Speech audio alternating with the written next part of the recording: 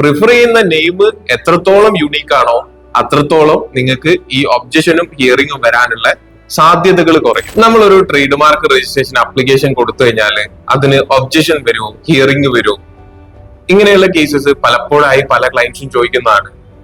നിങ്ങളൊരു trade mark application submit ചെയ്യുന്നതിന്റെ മുന്നേ നിങ്ങളെ നെയിം, ഇപ്പൊ നിങ്ങൾക്ക് IP ഇന്ത്യ വെബ്സൈറ്റ് നോക്കാം, അതുപോലെ തന്നെ ക്യുക്ക് കമ്പനി ഉണ്ട്, ഇങ്ങനെ പല വെബ്സൈറ്റുകളും ഇന്ന് മാർക്കറ്റിൽ അവൈലബിൾ ആണ്. ഈ സൈറ്റിലൊക്കെ നിങ്ങളെ നെയിം നിങ്ങൾക്ക് റിക്വയർമെന്റ് ഉള്ള കാറ്റഗറിയോ ബിസിനസ്സിൽ ചെക്ക് ചെയ്യുന്ന സമയത്ത് സിമിലർ മാച്ചസ് വരുന്ന നെയിം അല്ലെങ്കിൽ എക്സാക്ട് അതേ പേരിലുള്ള നെയിം ഉണ്ടെങ്കിൽ ആ നെയിമിന് എന്തായാലും ഒബ്ജക്ഷൻസും ഹിയറിംഗും അങ്ങനെയുള്ള ലീഗൽ ഫോർമാറ്റിലേക്ക് പോവാനുള്ള സാധ്യതകൾ ഉണ്ട്. നമ്മൾ പ്രിഫർ ചെയ്യുന്ന നെയിം എത്രത്തോളം യുണീക്ക് ആവുന്നോ അത്രത്തോളം നമുക്ക് ആപ്ലിക്കേഷൻ സബ്മിറ്റ് ചെയ്താല് അപ്രൂവൽ വരാനുള്ള ചാൻസസ് കൂടും. പിന്നെ രണ്ടാമത്തത്, നമ്മളിപ്പോ ഒരു ആപ്ലിക്കേഷൻ സബ്മിറ്റ് ചെയ്യുന്ന സമയത്ത് നമ്മളെ നെയിം യുണീക്ക് ആണെങ്കിൽ ആ ആപ്ലിക്കേഷൻ സബ്മിറ്റ് ചെയ്യുന്ന ചാർജസ് മാത്രമേ നമുക്ക് വരുള്ളൂ.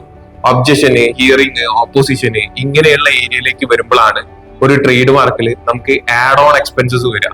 അപ്പം പ്രിഫർ ചെയ്യുന്ന നെയിം എത്രത്തോളം യുണീക്ക് ആണോ അത്രത്തോളം നിങ്ങൾക്ക് ഈ ഒബ്ജക്ഷനും ഹിയറിംഗും വരാനുള്ള സാധ്യതകൾ കുറയും.